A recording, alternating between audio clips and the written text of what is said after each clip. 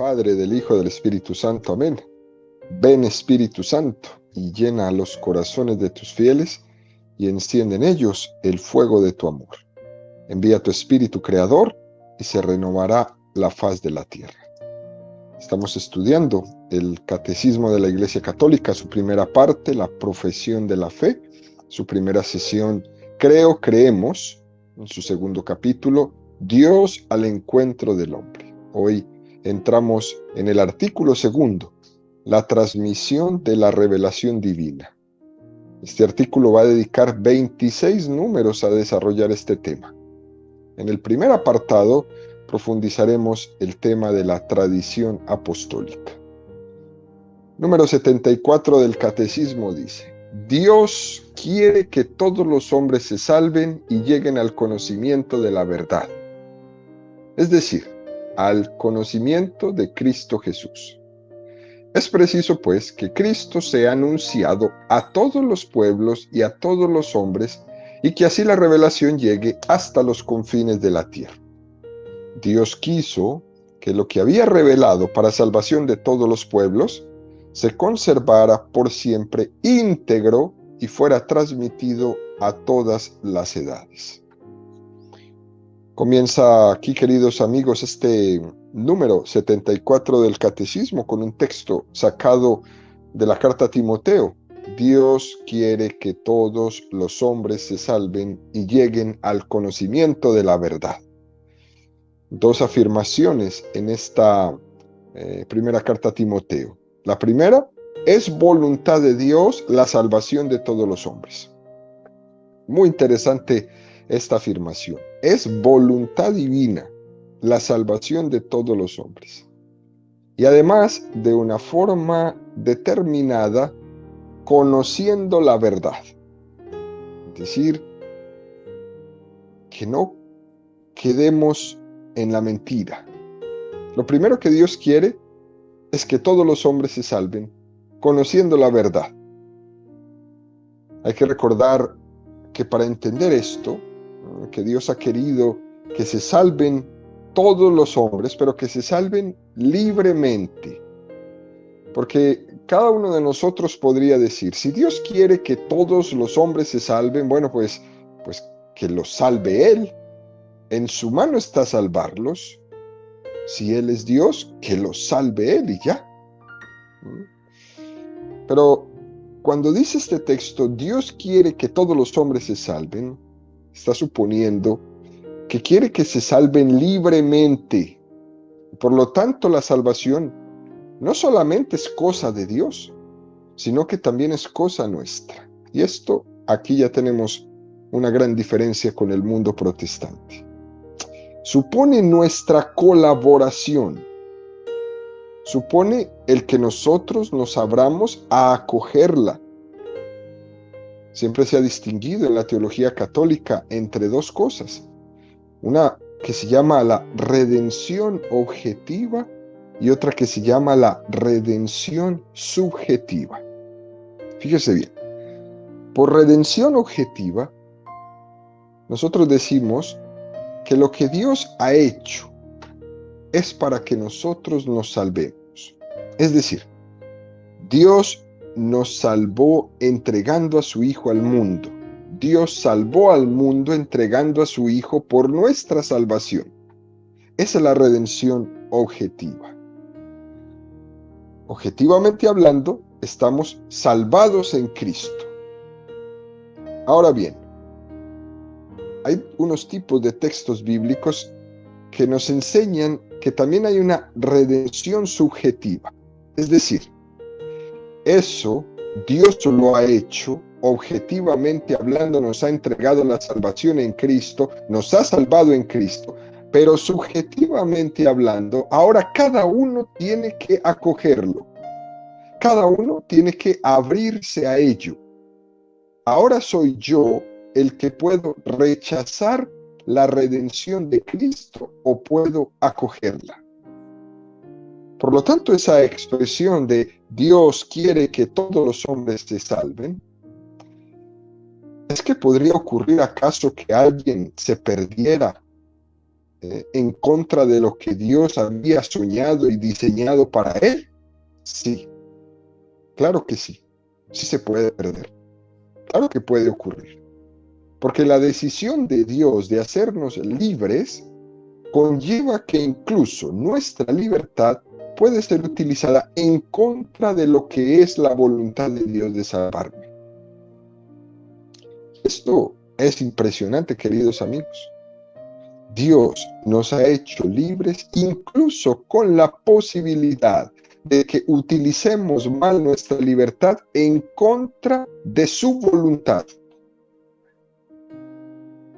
Por lo tanto, la pregunta posible es, entonces, ¿para qué nos hizo Dios libres? Porque claro, si haciéndonos libres podemos pecar, podemos negar el plan de Dios, ¿para qué nos hizo libres? Mejor no nos hubiese hecho libres y no hubiésemos pecado, no le hubiéramos fallado. Es que obviamente hay que decir una cosa, que es que la libertad del hombre en el fondo es crearnos a su imagen y semejanza, que llevemos impresa en nuestra naturaleza la imagen y semejanza de Dios. Y claro que esa libertad pues conlleva riesgos, pero también es verdad que esa libertad posibilita una dignidad en el hombre infinitamente superior que si nos hubiera hecho a nosotros sin libertad, como los demás seres de la creación. Las piedras no son libres. Yo suelo decir que en una de las pruebas de que en este mundo hay más bien que mal, que estoy convencido de que Dios no hubiera creado al hombre libre si de ello no se hubiera derivado más bien que mal. Esa libertad que Dios le dio al hombre genera más bien que mal. Del hecho de que se haya creado libre al hombre se derivan posibles males, sí, es verdad. Pero del hecho de que Dios haya creado al hombre también libre se derivan muchos bienes, muchos episodios heroicos, muchas entregas al prójimo, muchos santos, muchas historias conmovedoras.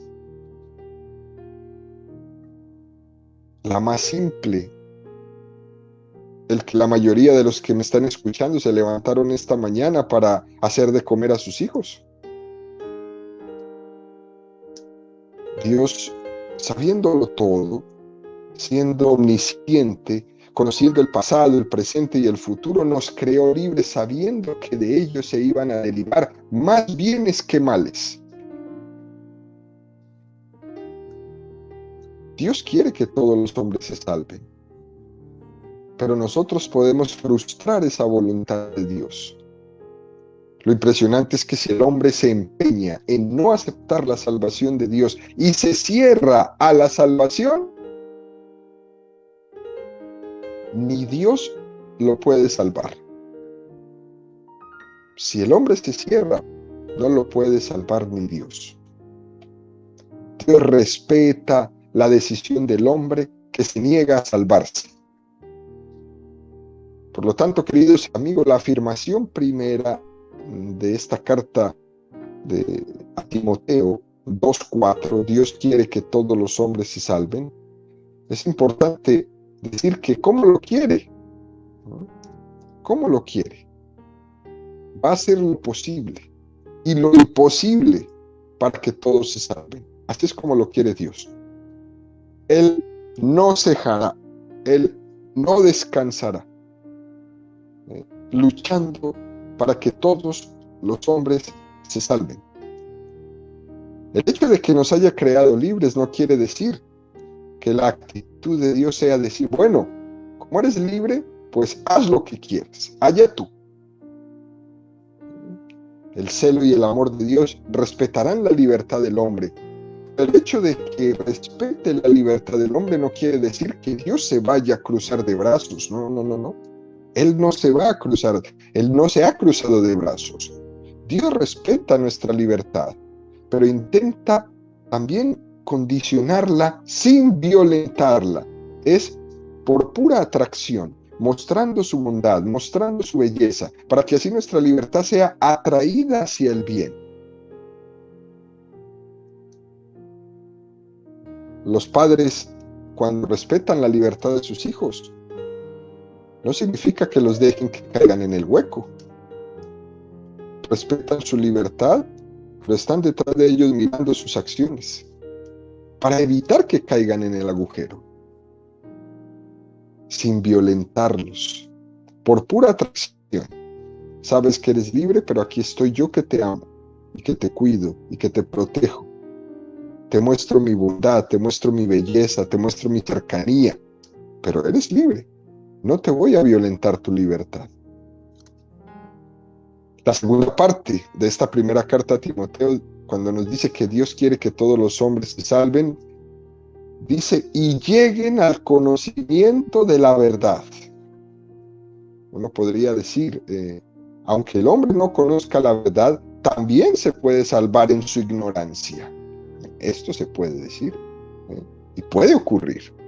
Alguien que no conozca la verdad inculpablemente por su parte, porque nadie se la ha explicado, puede alcanzar la salvación, porque en la medida en que él ha sido fiel a lo que ha conocido en conciencia y nadie le ha mostrado la verdad, pues entonces Dios le juzgue desde el grado limitado de su conocimiento que ha tenido de la verdad. Y esa persona se puede llegar a salvar por ignorancia. Pero este no es el deseo de Dios. El deseo de Dios no es que los hombres se salven por ignorancia. El deseo de Dios es que, teniendo en cuenta la dignidad del hombre, nos salvemos conociendo la verdad, abriendo los ojos a la verdad. Y esto es importante, ¿no? Que lo tengamos presente, queridos amigos, porque pues tiene muchas implicaciones en nuestra vida. Por ejemplo, alguno de nosotros, un catequista, va a predicar el Evangelio de Jesucristo a alguien, ¿no? Porque ve que está muy alejado del conocimiento de la verdad, que no conoce la verdad, que tiene actitudes en su vida pues muy contrarias a la dignidad del hombre. Y uno dice, ¿no? Como él no es cristiano, pues mira, total y no peca, porque es que nadie le ha dicho que eso que está haciendo es una barbaridad, es un pecado. Entonces, pues casi mejor no le prediquemos, ¿no? No le digamos que está obrando mal, porque si le predico que está haciendo el mal, pues entonces a partir de ahí ya no tiene excusa de que desconoce las cosas. Entonces alguien podría decir, casi más vale dejarle en su ignorancia. Le dejamos en su ignorancia y así se salva más fácil. De esto lo escuchamos a cada rato. A mí no me prediquen, a mí no me digan, yo mejor me quedo así. Es mejor ni pensar si eso está bien o si eso está mal. Y este tipo de razonamiento hay que rechazarlo totalmente. Porque es que nosotros, en la dignidad del hombre, estamos llamados a vivir abiertos a la verdad, no de espaldas a ella. Ese argumento de decir que será más fácil que un hombre se salve en la ignorancia que conociendo las cosas, no, es al revés. Siempre será más fácil que el hombre se salve conociendo la verdad que ignorándola. Imaginémonos, por ejemplo, en una tribu en el África, ¿no? Que viven totalmente ignorantes del mensaje de Jesucristo, ¿no? De que ha sido Jesucristo la revelación del Padre enviada al mundo, y que ellos viven en estas religiones animistas, ¿no? Llenas de supersticiones, con una serie de ritos y gurús, y verdaderamente pueden llegarles a esclavizar como hombres, ¿no? Con ritos e invocaciones de espíritus, haciendo sufrir tremendamente a las tribus, incluso explotando a las personas. O viven, por ejemplo, en un régimen de poligamia, con todo lo que supone esta falta de respeto a la dignidad de la mujer. Que los hijos crezcan sin ver un modelo de respeto en sus padres. Y va alguien ahí y dice, bueno, ¿para qué vamos a ir a predicar el evangelio a estos? Y si les predicamos el evangelio, entonces a partir de nuestra predicación van a ser responsables del mal que hacen. Más vale dejarles ahí en su ignorancia y Dios les salvará por ignorancia. Eso no es entender la revelación de Jesucristo. Nosotros no nos podemos callar. Uno de los males más grandes que vive el hombre de hoy día es que por no hacerle sentir mal a alguien, no decimos la verdad. Y esto nos está llevando a un agujero tremendo. Ahora ya ni siquiera somos capaces de corregir a nuestros hijos por no hacerles un mal. Y dejamos que crezcan, dominados por sus pasiones, dominados por sus ideas que no son de ellos, ideas que les meten en otros lugares, en las escuelas, en campañas, en ideologías internacionales, mundiales, por todas partes, y nosotros callados. No sea que lo traumemos si le digo algo, pero lo que otros les están diciendo, sí que los están traumando, sí que les están cambiando la vida, sí que les están poniendo a pensar raro, sí que les están poniendo a actuar raro, sí que les están diciendo que están mal, que Dios se equivocó con ellos. Y nosotros, callados. No es así. Eso es no haber entendido que Jesús se me reveló y me salvó. Dios nos ha enviado a su Hijo para que el hombre se salve, para que la salvación sea posible. E incluso no solamente posible, sino que sea más fácil, que esté más en nuestras manos. Es mucho más fácil salvarse conociendo a Jesucristo que no conociéndole. De otras cosas, porque conocer a Jesucristo, queridos amigos, dignifica.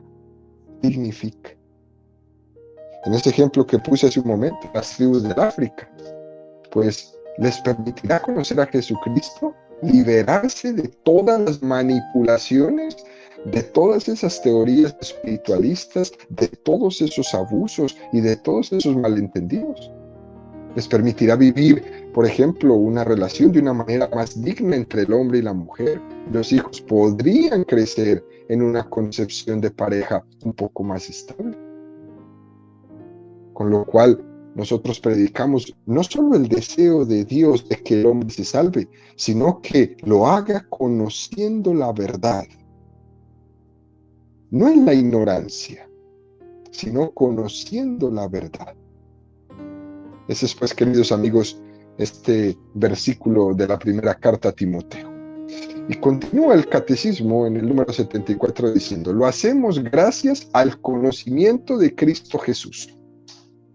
Cristo Jesús, de quien dice el Evangelio de Juan, que es camino, verdad y vida.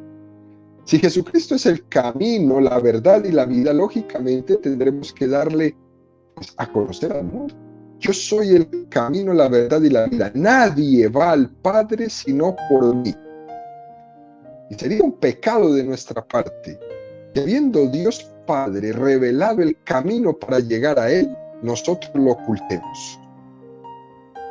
Pero, ¿quiénes somos nosotros para ocultarle a otro ser humano la verdad? ¿Quiénes somos nosotros para ocultarle a otro ser humano el camino para llegar al Padre, el camino para llegar a su salvación? No somos, no está en nuestras manos. Lo que está en nuestras manos es dar a conocer la verdad que hemos recibido. Y termina este número 74 con un pequeño texto de la Constitución Dogmática del Concilio Vaticano II sobre la Sagrada Escritura, que se llama Dei Verbum, palabra de Dios, que dice: Dios quiso que lo que había revelado para salvación de todos los pueblos se conservara por siempre íntegro y fuera transmitido a todas las edades. La gracia de Dios, el amor de Dios, la misericordia de Dios ha consistido en dos cosas, queridos amigos. La primera, en revelarse, en comunicarse. Y la segunda, en garantizarnos que eso que Él ha revelado se va a conservar. Que eso que Él ha revelado no se va a perder. Porque podría ser un riesgo que Dios ponga en nuestras manos su mensaje y nosotros, como irresponsables que somos, pues terminamos por perderlo, terminamos por olvidarlo o terminamos deformándolo. Pero no es así. Dios no solo ha puesto en las manos de la iglesia su revelación, sino que es que además nos ha garantizado que su Espíritu Santo estará siempre con nosotros, para que esa revelación no se deforme, para que se mantenga íntegra. Es la promesa de que el Espíritu Santo nos asistirá y nos asiste, y nos acompañará y nos acompaña. Y en esta encomienda que nos hizo de transmitir la revelación, que va a significar predicarla, difundirla, llevarla todos los días hasta el confín de la tierra, hasta que Él vuelva en su gloria. Es una tarea preciosa la que tenemos. Y nos confiamos en el Señor para seguir haciendo. Continúa el catecismo profundizando en el número 75, nos va a hablar de el camino para esta transmisión, para esta predicación, para esta difusión de la palabra de Dios. Y nos va a hablar de la tradición apostólica. Dice el número 75, Cristo nuestro Señor, plenitud de la revelación, mandó a los apóstoles predicar a todos los hombres el Evangelio como fuente de toda verdad salvadora y de toda norma de conducta, comunicándoles así los bienes divinos, el Evangelio prometido por los profetas que Él mismo cumplió y promulgó con su voz. Fijémonos bien, como dice, en la plenitud de la revelación Dios Padre nos envía a su Hijo Jesucristo. Es la plenitud de la revelación. A nosotros nos tocó esa plenitud. Acordémonos del texto del inicio de la carta a los Hebreos que leíamos el otro día, ¿no? Antiguamente Dios habló a nuestros padres a través de los profetas, pero en la plenitud de los tiempos nos habló a través de Jesucristo. Y dio luz a la iglesia para encomendarle, para pedirle, también para mandarle imperativamente, con el imperativo del amor, que ella transmitiera esa revelación, que guardara esa revelación como un tesoro que Dios le había entregado en sus manos y que estaba llamada a difundir. Y la razón de ser de la iglesia es esa. No es un autocontemplarse, sino que es ser testigo de lo que ha recibido. Y gratis lo habéis recibido, dadlo gratis. La iglesia, por su espíritu fundacional, es totalmente deseo de donación, de dar, de salir de sí misma, de ir en la búsqueda de la oveja perdida. Que no haya ningún hijo que se me quede por ahí, que se me pierda, que se le pierda al Padre. Por eso, Cristo no solo entrega la revelación, sino que al entregar la revelación, obviamente, funda su iglesia. La funda, le da luz. Jesucristo fundó la iglesia, claro que la fundó, aunque muchos digan que no.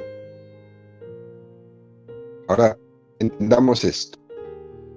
Ya sabemos que la palabra fundó no la podemos entender en el sentido nuestro moderno que hoy tomamos con la palabra fundar, porque nosotros por palabra fundar entendemos un acto jurídico ante un notario, levantando un acta, firmando, teniendo un equipo, un dirigente. No, así no fue la manera como Jesús fundó la iglesia. Esa es nuestra manera actual de entenderlo y por eso es que a veces no nos damos cuenta. Obviamente ya sabemos que no se entiende en ese sentido. Pero cuando Jesucristo convoca a los 12 apóstoles apóstoles y pone a Pedro como cabeza del colegio apostólico cuando le dice: tú eres Pedro y sobre esta piedra edificaré mi iglesia. Y cuando les dice a todos: id y bautizad y perdonar los pecados, id y proclamar el evangelio. Y cuando Jesús insiste: aquellos que dejen casa, padre, hermanos por mí. Obviamente Jesús con esto ha dado luz a la iglesia. Jesús ha dado luz a la iglesia. Por eso no solo entregó la revelación y la dejó de una manera desestructurada, ¿no? Jesús entregó su revelación a una iglesia que tenía ya esa estructura de iglesia y que era consciente que tenía que acoger, respetar y transmitir ese mensaje que le había sido entregado en sus manos. Aunque al inicio no se entendía del todo, claro que sí. Aunque a estos primeros apóstoles les faltara mucha capacidad de organización, claro que sí. Pero el que les faltara algo no significaba que estaban incapacitados. Dios entregó su revelación en las mejores manos, en aquellos que Él mismo por 3 años entrenó para esto, en aquellos corazones que Él mismo enamoró para eso. Así que en el momento que Jesús entrega su revelación para que sea transmitida por sus apóstoles, Él sabía en quién estaba confiando. Así como nosotros algunas veces cuando oramos decimos: yo sé en quién me confío, Jesús también orgullosamente puede decir lo mismo. Yo sé en quién he confiado mi revelación. Yo sé que mi iglesia no me va a fallar. Yo sé que mis hombres, en medio de sus circunstancias humanas, no me van a fallar. Y esto es precioso. Y nos tiene que llenar de un gran convencimiento y de un gran amor a la iglesia. Fijémonos cómo este punto 76 siguiente profundiza un poco este sentido. Dice: la transmisión del evangelio, según el mandato del Señor, se hizo de 2 maneras. Oralmente, los apóstoles con su predicación, sus ejemplos, sus instituciones, transmitieron de palabra lo que habían aprendido de las obras y las palabras de Cristo y lo que el Espíritu Santo les enseñó. Y la segunda fue por escrito. Los mismos apóstoles y otros de su generación pusieron por escrito el mensaje de la salvación inspirados por el Espíritu Santo. Oral y escrita. La predicación apostólica después de la ascensión de Jesús a los cielos, pues hay como 2 momentos, ¿no? Un primer momento en el que los apóstoles, acogiendo la llamada de Jesús, les había hecho pues de ir a predicar. Comenzaron haciéndolo de manera oral, porque existía la escritura en aquel tiempo, pero no tenía la familiaridad que tenemos entre nosotros en este momento. Fíjense, aunque había la posibilidad de escribir, no había la posibilidad de leer. Era algo bastante complicado. No es el hecho solamente de que yo sepa escribir. ¿De qué sirve que yo sepa escribir si que tengo enfrente no sabe leer? Se complica, ¿no? Suponía que había que hacerla, pues, de papiros que eran costosos, que no estaban al alcance de cualquiera. Suponía entrar en un cierto círculo, digamos, intelectual del que no formaban parte los apóstoles. Esto sí era una carencia que tenían esos primeros apóstoles, pero la iglesia no se iba a quedar así siempre. O sea que la transmisión escrita en ese primer momento era bastante complicada y dificultosa. Por lo tanto, la forma de comunicación a la que estaba totalmente acostumbrado todo el pueblo era la manera oral, por lo cual hubo bastantes años en los que la predicación de los apóstoles fue oral. Y luego empezaron a ponerla por escrito. Y se comenzó a poner por escrito cuando los apóstoles que habían sido testigos del Señor comenzaron a hacerse mayores y existía el riesgo de su muerte, que quedara la comunidad sin esos testigos directos del que habían conocido, vivido, hablado, comido con Jesús. Y entonces empiezan a ponerla por escrito.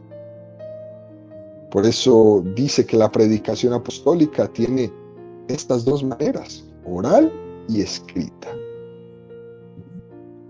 ¿Cómo comenzó a transmitirse la revelación, la plenitud de la revelación en Jesucristo?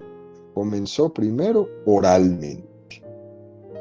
A nosotros igual nos puede parecer que es pues una forma un poco insegura hacer una transmisión de manera oral, porque tenemos esa experiencia de que cuando alguien te dice que te han dicho que otro dijo que dijo, pues aquello se convierte en un teléfono roto.